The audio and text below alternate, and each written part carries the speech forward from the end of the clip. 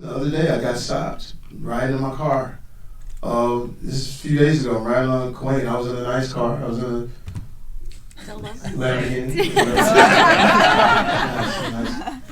2019 Lamborghini truck. It was white, and I was feeling white. I'm riding it, just feeling great.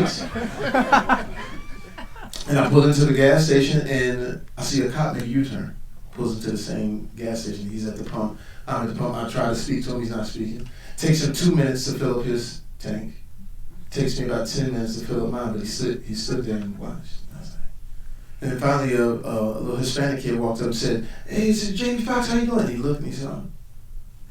And he sort of let out, and he took off. It's a joke. I'm telling you. That's 2019.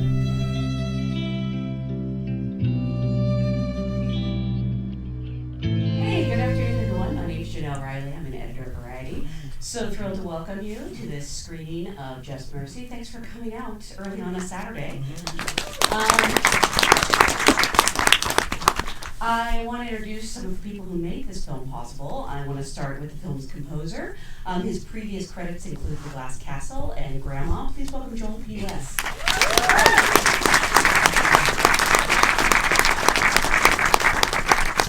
I know he's here. Joel? Yes, he's composing himself. Oh, okay, well then let's start with an actor who is not only a great actor, but a style icon. Please welcome Rob Morgan.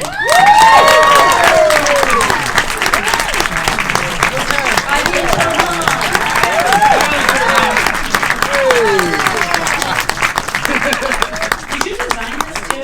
Yes, ma'am, I designed it, had it made.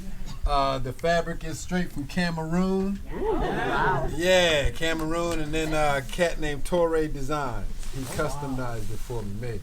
Amazing. They told me I was coming here to meet you all, so I said I had to put on my best. What's happening? What y'all want to know? That might just be us for a second. So look, when I wrote the movie,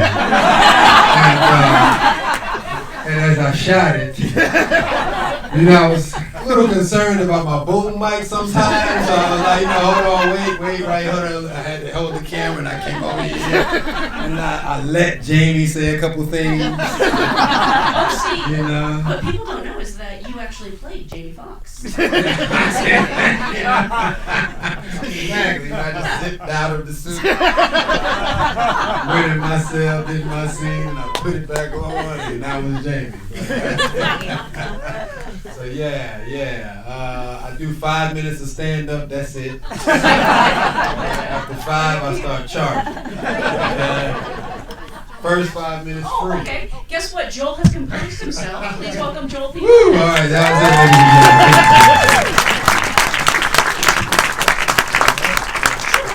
it. Also joining us is the film's producer. He's produced such acclaimed films as Short Term 12 and Buena Vista Social Club Adios. Is Asher Goldstein.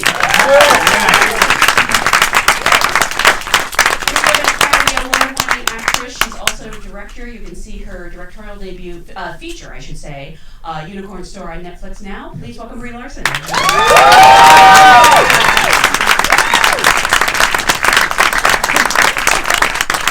have a gentleman who has shown such range in everything from Ray to going all the way back to In Living Color. Please welcome Jamie Foxx. In Living Color. I love In Living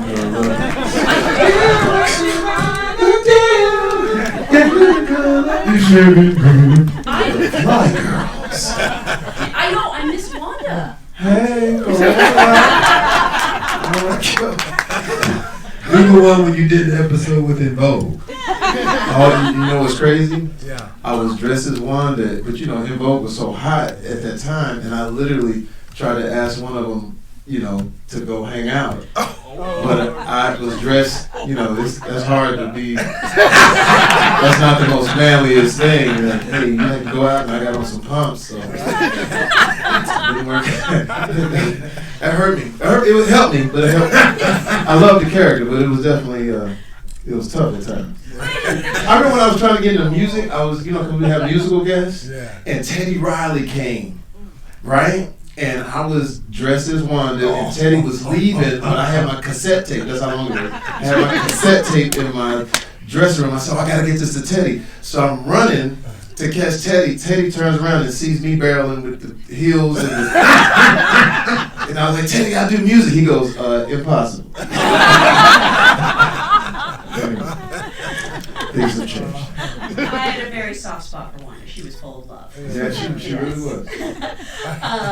It's strange to pivot from Wanda to Just Mercy, but it just shows your range. And actually, I want to start at the beginning with Asher. As the producer of this, you previously worked with Destin Daniel Cretton on Short Term 12. Is it sort of a no-brainer when he brings you a project, or was it the other way around? Did you bring it to him? It's. I think it's a no-brainer if he brings me a project. We've been working together. We just figured out it'll be 10 years we've been working on stuff at the end of this year. So it's been some time. It's definitely a great partner, and I think that word could be used by anyone on this sort of stage to say, because I feel like every single one of these artists that I get to sit up here with definitively see Destin as a partner in the creative process, and it's definitely the way that he works. But this one was brought to me in that capacity from him and our other producer Gil Netter, who he and his executive had found the book and had given it to Destin, and Gil and I had been trying to figure out a way to work for a long time on something, and both of them said, you need to read this book. And Destin immediately was like, there's this guy, Michael B. Jordan, we need to reach out to him. And we reached out. He hit up an old friend of ours from the film festival, indie film community, that we filmmakers really do try to help one another. And Destin put a call into a gentleman named Ryan Coogler, who you guys might have heard of. He's all right. He's doing okay things. But Coogler is really walks the walk when it comes to that support thing, and he three-way Michael B. with Destin on the phone and said, MBJ, this is my friend Destin. You made this film that I really love, and I think you really love. You should chat. And he pitched in the project, and Michael came on as a producer, not just as the actor Michael B. Jordan, but as a real filmmaker in the process. And that's sort of how we started getting the ball rolling. Mm-hmm. And Brie, you've worked with Daniel on, well, you were saying in the last Q&A you actually directed him in Unicorn Store, but you've acted in 2 of his films. Is it sort of a similar thing that when he calls, you're there? Yeah. I mean, there was this great moment at one point during the filming of this movie where Michael turned to me and he was like, you've been holding out on everyone. You've been hogging Destin this whole time. You don't want anyone to know. I was like, I do want people to know. I just don't want to lose my own spot. But I want people to know because it's such a... I just remember that, working with Asher as well on Short Term 12, there was just great healing that happened with Destin. It felt like working with him undid a lot of my preconceived notions as to what was required of me as an actor, because that role was so difficult. It was just, there was this moment, I think it was day 2 of Short Term 12, where I had to do like a breakdown scene behind this building, and we did one take, and I'd spent all this time working myself up, and was just like about to cry, and he said cut, and he was like, okay, we're moving on. And I remember thinking, oh God, I didn't do a good job. And I was like, I can do better, I can do more. And he was like, oh, no, we're good. And I was like, no, I can do more. I thought he'd given up on me. He was like, oh, Brie, I just don't need to watch you torture yourself. Wow. And I was like, whoa. And that has just completely changed the way that I work. And I feel I get to now bring in new family members into this experience and watch them feel that type of healing as well, of feeling what it's like to work and be vulnerable in a place that feels so safe. Mm-hmm. And with a story like this, and with all the stories I think Destin will tell moving forward, he wants to go into these dark places, but there's always this feeling of being held throughout, and I want to be there for that. Jamie, I feel like you're so good at so many things because you can sing and act and do comedy. Yeah. So I feel like you're very particular about the roles you pick. You know what? It doesn't. Things in our business don't come along frequently when it's really, really great. When all the stars line up, these beautiful people on stage, along with Michael B. Jordan, who was incredible in the process of on camera and behind the camera of putting it together. Then having somebody incredible like Brian Stevenson, who he's great himself. If you ever seen get a chance to see his TED Talks, he got the standing ovation. I think he holds the record for the longest standing ovation in TED Talks. Something like 12, 13 minutes. But the fact that he's such a great person and such an incredible find. Because when you think about what we're going through as black people today in 2019, he's not fatigued. He's not fatigued in talking about these are wrongs that we have to right, or pretty soon we won't be able to come back from this. Because if you think about it, this is 1986 when this man is ripped from society and all of a sudden he's put in jail so matter-of-factly. Exactly. Like no one cared at all. Because, like you said, the perception, and we talked about this, the perception of a black man, you just automatically believe it. Even, as black people sometimes, we just sort of like, oh man, jail is just a par for the course. That's why I never visited anybody in jail. My father was put in jail for $25 worth of illegal substance. They put him in jail for 7 years. This man was an educator in the hood in Dallas, Texas for 25 years. And the kids that he mentored, he would bring a judge in to have them, listen to what this judge would say and how to stay on the right path. And that judge ended up presiding over his case and putting him in jail. He's actually in jail with the kids, some of the kids that he taught. And this man's a great man, a man who taught me how to play tennis in Texas. Like, I was like, why am I playing? I want you to know everything white people do everything. You know what I'm saying? I want you to be well-rounded, swim, all these other things. Here's this incredible man. And I didn't want to go, I don't like going to see people in jail. You know what I'm saying? Because I don't want to get used to that. I wrote him one letter. I said, when you get out, and he was in jail at the time. I was transitioning into becoming known. I said, when you get out, things are better now. I want you to come live with me. Came live with me, and I got a chance to take him to the U.S. Open and have him watch Venus play and watch tears run down this man's face. But it's so a matter of fact that that's supposed to happen, and it shouldn't. So that's why taking this role on, being a part of this wonderful cast, and being a part of this film, it doesn't, like I said, it doesn't come often, but I'm glad it came the way it did. Me too. And you talk about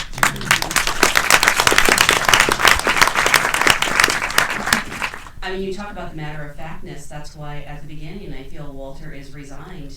He's not even trying to get out.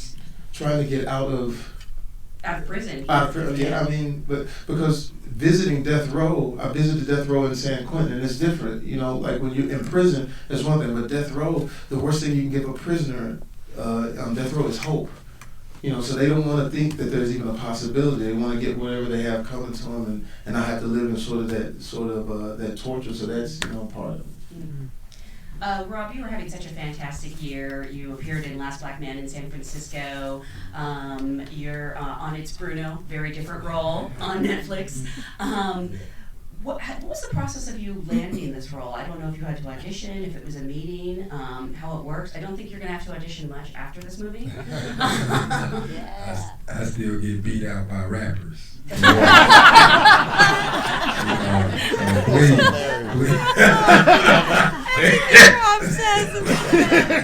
know you could rap.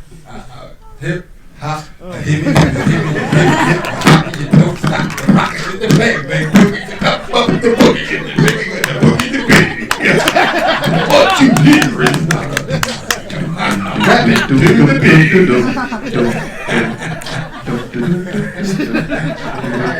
But And you saw how Jamie and I just locked in right there. I think that's one of the beautiful things about this movie, man, is that regardless of your socio-economic class, from rich to poor, everybody is affected by this movie.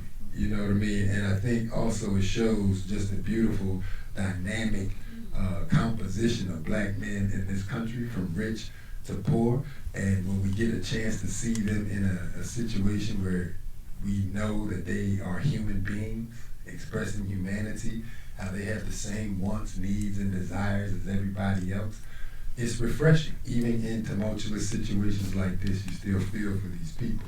You see what I'm saying? I don't know if I'm answering your question, but I just wanted to say how like the information for these characters that we downloaded and play, we experience it every day. You know what I mean? Every day with injustices and points of reality where they tell you if you're poor and innocent, you're guilty, but if you're rich and guilty, you're innocent. Mm-hmm. You see what I'm saying? And the script came to me. I was actually shooting another film at the time, this film called Bull, Oh, it's where so I good. could play a black cowboy. Yes. And you're the lead. I'm the lead, but guess what? I can't be nobody's cowboy. Right now, like they got roles going. They said, Rob Morgan, no, Rob Morgan played the cowboy? Oh, hell no. Even though he was the lead cowboy that opened in Cannes 2019, so what? Give it to the rapper. Y'all laugh, but that's real shit. It really is. like you laughing. And no disrespect to rappers and all that, because I think You're politically correct. Don't want to offend the rappers. Alright, be mad. Rappers are mad all the time. Can't tell. See, he has I don't know what happy rapper is. That's an Oscar Award winner saying that. I can't say that. My little SAG Award don't. It don't match up. But yes, I was shooting this film Bull, and the script came to me, and thankfully Destin trusted me enough, and Asher and the producers trusted me enough to say, hey man, offer him the role. You know what I mean? They actually just offered it to me, right? Yeah. 100%. Yeah. What did you know him from specifically? And Was they it ain't even working met me with or nothing. It was like, hey man, get his ass down here. We're shooting on this day. We trust that he's gonna come prepared, and by the grace of God, that's what I did. That's You know? fantastic. But really, to be honest, man, offers excite us. Like when you take us through the rigmarole and all that stuff, we be like, God damn, you can't even act. How the hell you gonna take me through the rigmarole? Now, when somebody say, hey man, we trust you with this role. We're gonna give you this role. No questions asked. We know you're gonna come down here and rock and roll it. You get up for stuff like that. You're like, oh man, they trust me, they want me. I'm gonna go down there and just, you know what I mean? So yeah, thank you. So that's how it came to me. They just really offered it to me, and yeah, by the grace of God, they fixed the schedule so that I can come down. I only worked 4 days. You're kidding. Yeah, I was only on this project for 4 days, 4 or 5 days. Amazing. Yeah, so they shot me in, I shot my stuff, and then I went back to Texas to finish the other project. Wow. That's incredible. Asher, what were you familiar with specifically that made you think of him for this part? Well, we'd watched a bunch of his stuff, and to be honest with you, I had to get introduced to Rob. It was Gil had been a big fan. Gil Netter had been a big fan of Rob's, and had introduced Destin and I to a bunch of his stuff, and we were just like, this is a guy that inhabits his roles, that lives and breathes the breaths of the character that he's playing, and really inhabits an inner life. Like, it's all the stuff that you look for. It's someone who could be transformative. And you know, the truth is the first day that he was on, I mean, we went off to the races. I'll say that. I'll give Jamie the same credit, and Michael the same credit. Our first days of shooting were in as many days. Most of our locations were practical. Most of the parts of the movie that are set in a prison were set in facilities that were either active or retired facilities. And we were sitting in an incredibly hot spot outside of Atlanta, retired lockup. in the meeting room, just as we meet these two gentlemen's characters in the film. And those scenes, those first scenes that you see when you have Brian going in and meeting Mr. McMillian and Mr. Richardson, were those first days. And so it was like there was no opportunity to sort of, waltz into the film. We gave them really hard shit the very first day. And whether it was Rob up with Michael or Jamie up with Michael, all of us were just sitting at Video Village floored. And the little piece I'll give, and not take up too much of this talking time, because all these folks are way more interesting to hear from. But we had, in the film, when Brian first goes and he meets Walter and he meets Herbert, and he's sitting across from a sort of a montage of faces, all of those men are clients of Brian, the real Brian Stevenson. Those are real men who Destin sat down with the camera and interviewed, documentary style. Those are real men telling their real stories. Wow. In the film, and they were also there on set. I think your first day, and Rob went from, and Jamie went from doing these really, really tough, hard scenes to giving these gentlemen the time of day. And I was just like, man, I'm a true believer that things that happen behind the camera affect what's in front of the camera.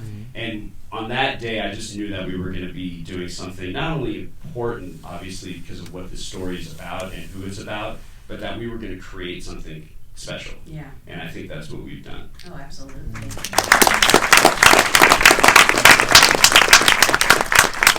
Joel, you missed this awesome introduction I gave you, but I mentioned that you previously worked with Destin on Glass Castle, and I'm curious, again, is it something where he started talking to you about this before it even became a project, and at what point do you get involved as a composer? Do you read the script? Do you wait for an edit of the film? How does it work? I mean, I love to start early because it's always, once they start editing, you have to start making the music function, and so there's not a lot of time to figure out what the music is.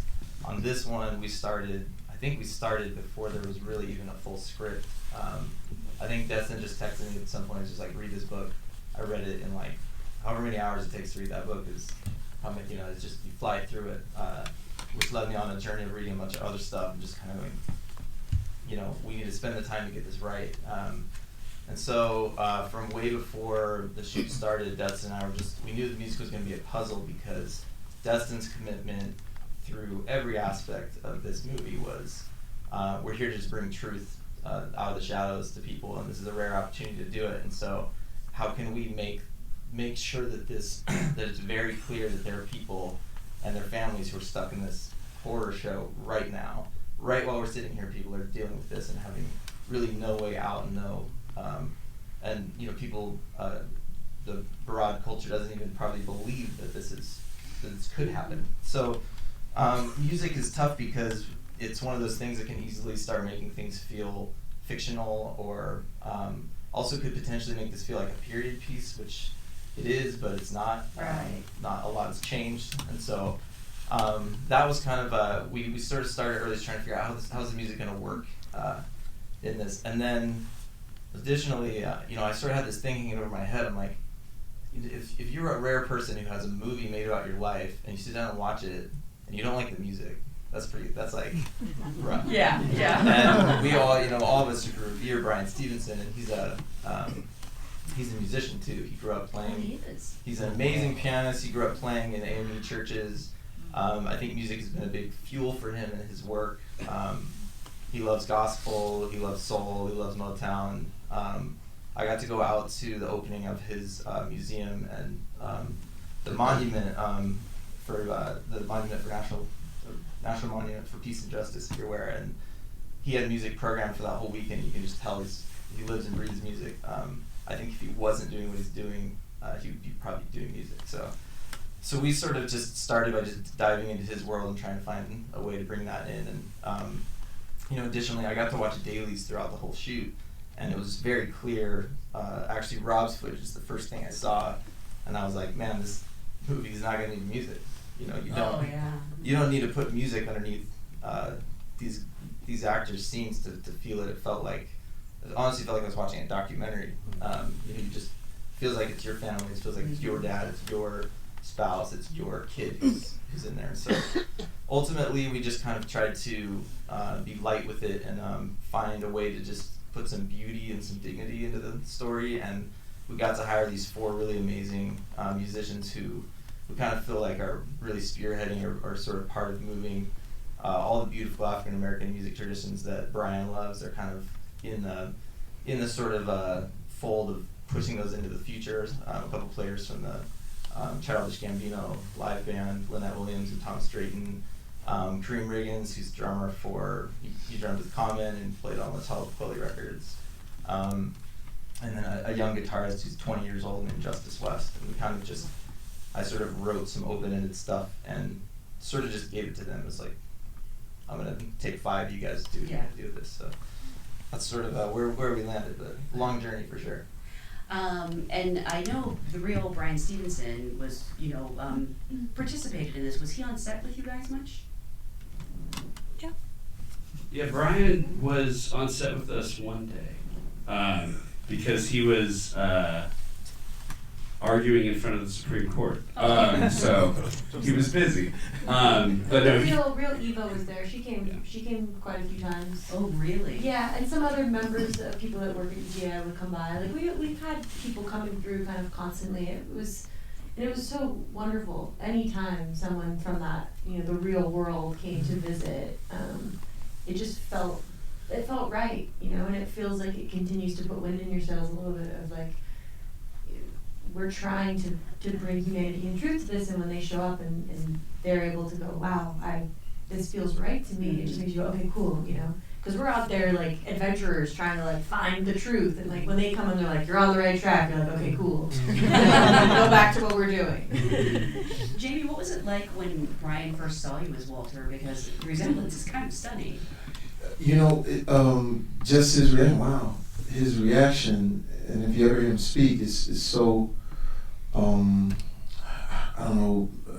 peaceful and eloquent. And to this happened before, this type of feeling, like when we were doing Ray, and there was a lady who had known Ray years past and was in one of his groups, and she's on the set, and she was looking like, wow, and just as a joke, I said, I hear someone, it is right next to her, and she's like this.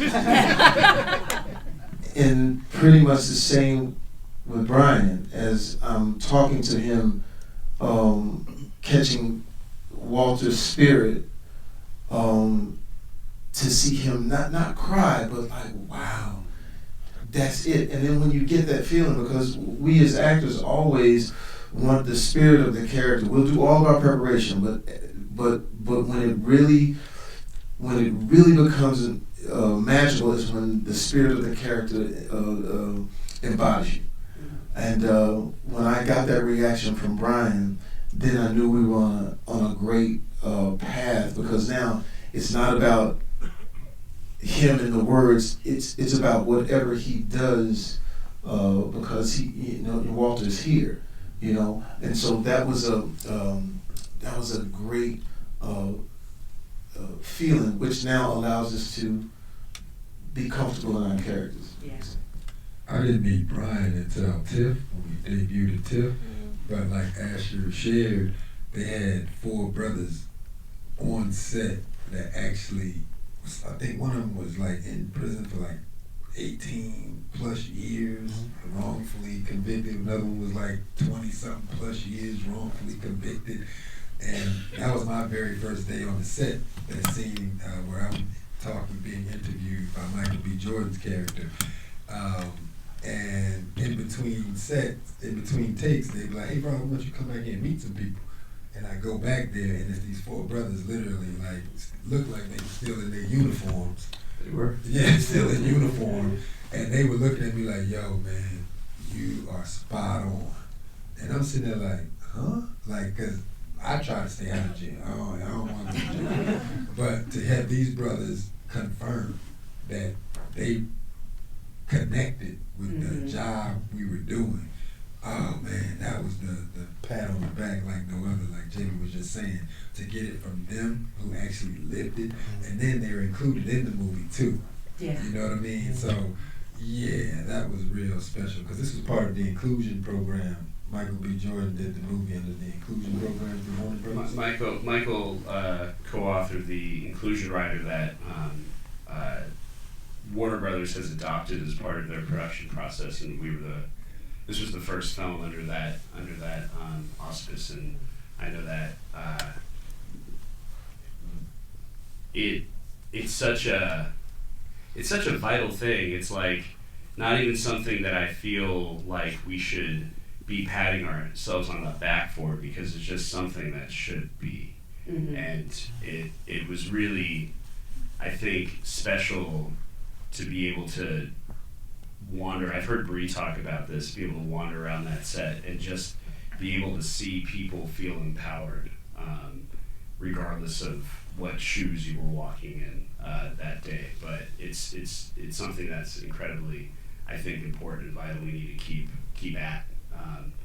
But all of that's being talked about does come from Brian, and does come from the fact he asked about if he was on set with us. He was on set, like I said, very little because he was working, and that's the point, is that right now Brian is somewhere doing this work that you're seeing on screen, and he stayed with us. We were very close with him on the script. He watched cuts of the film. He's been walking us through marketing materials. We're constantly, consistently, I think, trying to grasp at his voice. And for this film to be placed in a position to help be the sort of inaugural project, going back to that conversation about inclusion and how we made the movie, I think, is really fitting that it gets to live in a space with Brian's voice and his work. So I think it all is there's a lot of connectivity there that I'm really always humbled by. And I think people really want to know. I know this movie has been playing festivals across the country, and it keeps winning audience awards, and people really take to it. But they're really curious, like, what can they do to help? Like, even on like just a daily level. Like, we can't all be Brian Stevenson. I wish. Well, I mean, yes and no. Because actually we all can be Brian Stevenson. It just depends on which angle you're looking at it from. I mean, not everybody has a degree, not everybody's a lawyer, but I think the spirit of what it is that he's trying to say is so available to all of us. Because for him, it all starts with getting very, very close to things. And the best thing that you can get close to is yourself. Isn't that amazing? It's like you don't have to go anywhere, you don't have to do anything, you just get to sit with yourself and start to pay attention to what your fears and biases are. And I think that that would be the greatest gift that you could give as a starting point. To then take that humanity and that understanding of yourself out into the world and pay attention to where you're creating roadblocks for yourself with other individuals that you're coexisting with. We all have something that we can do, and I'm sure there's someone sitting there being like, well, Brie doesn't know, I'm doing a lot. I'm like, well, you can do more. We always can. I feel like I do a lot too, and I'm definitely not doing enough because I still have time to play a game on my phone. So that time could be spent for something else, for sure, and I'm going to do that. So if you can start with that and learn how to sort of dissolve yourself and be of service in every moment of the day. And for me, it's like amazing what has opened up for myself, whether it is an interaction with somebody who's valeting my car, or if it's someone bringing you your food, or if it's a person who lives in your home and helps you. There's so many ways that we can act and be of service and kind of reach across the table and say, how can we create this community? Because that's what Brian does everywhere, is he's creating a family and a community wherever he goes. And in a world that starts to feel so divided, to be able to find a sense of unity and purpose within one another just feels really, really wonderful. Yeah. Ask yourself, what are you willing to keep tolerating? That's good. When you see the injustices that go on every day and don't say anything or don't do anything, that's kind of like validating it or in support of it. You know, what are you willing to stop tolerating? And then I think going from there is a helpful spot too. For sure. Yeah. And it still happens every minute of every day, I feel. Oh yeah, it's the perception, man. I mean, you know, and then the other thing too is the responsibility of people that are the higher ups. When we have these types of discussions, you know, there's really no one leading the discussion to try to look for the good in somebody. Well, right now we're always looking for the bad in somebody, and so I think you got to get past that, and you gotta break those perceptions. You know, like when you see a black person, you know, I used to do this joke called.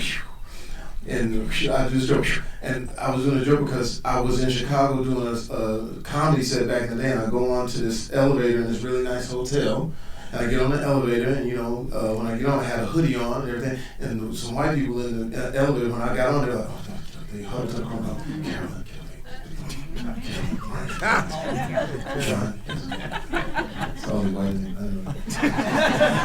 But one of the white ladies had enough courage to look past my hoodie and see who it was. She said, "Oh, it's Jamie Foxx." I was so relieved.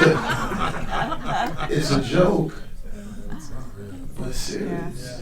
Just I told him the other day, I got stopped riding in my car. This is a few days ago. I'm riding on Quain. I was in a nice car. I was in a Lamborghini. 2019 Lamborghini. It was white, and I was feeling white. I'm riding it, just feeling great. And I pull into the gas station, and I see a cop make a U-turn. Pulls into the same gas station. He's at the pump. I'm at the pump. I try to speak to him. He's not speaking. Takes him 2 minutes to fill up his tank. Takes me about 10 minutes to fill up mine, but he stood there and watched. And then finally, a little Hispanic kid walked up and said, "Hey, it's Jamie Foxx, how you doing?" And he looked and he said, "Oh." And he sort of let out, and he took off.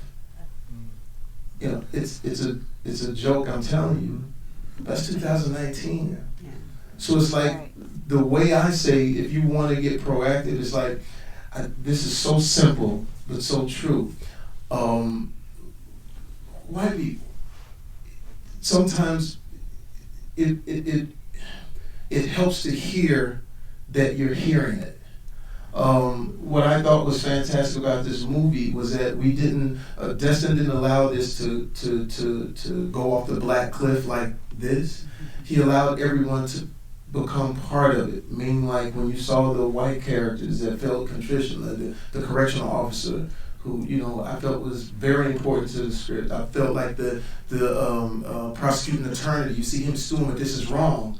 That's what helps us understand that it's a human thing. So sometimes when we as black people consistently say that things are wrong, it almost becomes, what do you call it, deaf. You don't listen to it. We stop listening. You stop listening. It falls on deaf ears. Desensitized. Yeah, desensitized. But when, how do I say this without it sounding crazy? But I was with a director, very famous director in London. He had a black son. He was talking about black issues, and I said, man, black people yelling to the top of their lungs that there's racial equality. The needle moves about like this. But one very influential white person that we all look to speaks on it, it'll get movement. So I know that sounds really simple, but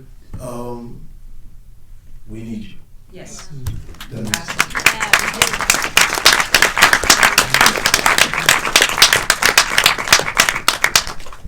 Before we go, I actually want to ask you, Joel, what was your biggest challenge on this movie? What was the scene that you had the hardest time? I mean, sometimes I think like it's just tough to watch these scenes over and over again, but then sometimes, you know, some beautiful music comes out of that.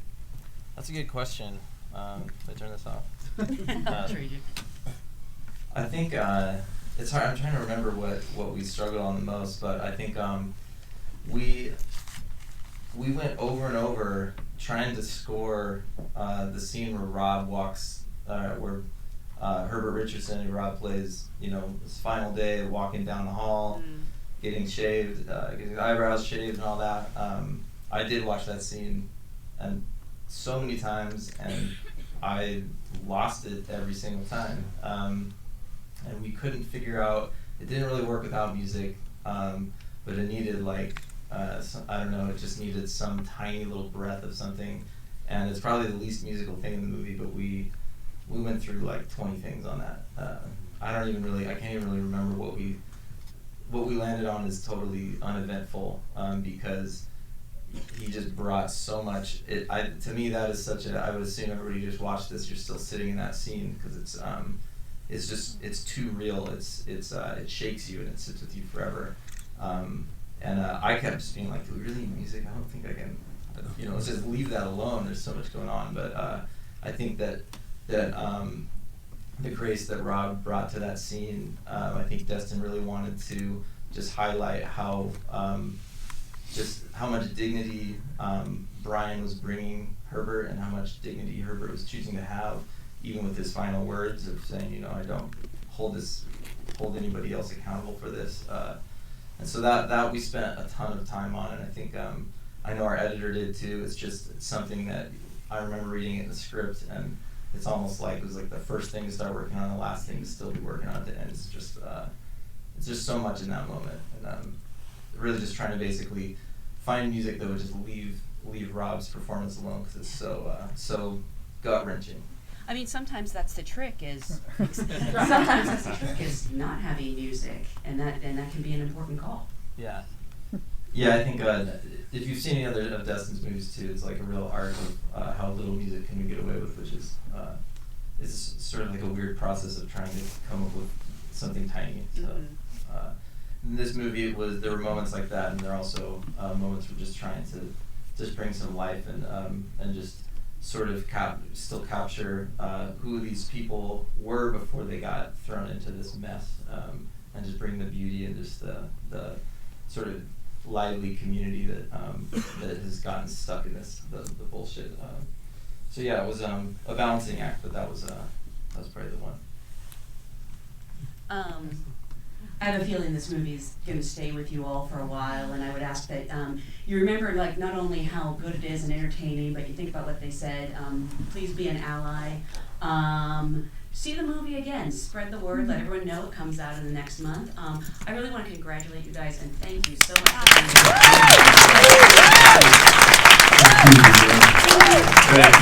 here. EJI.org.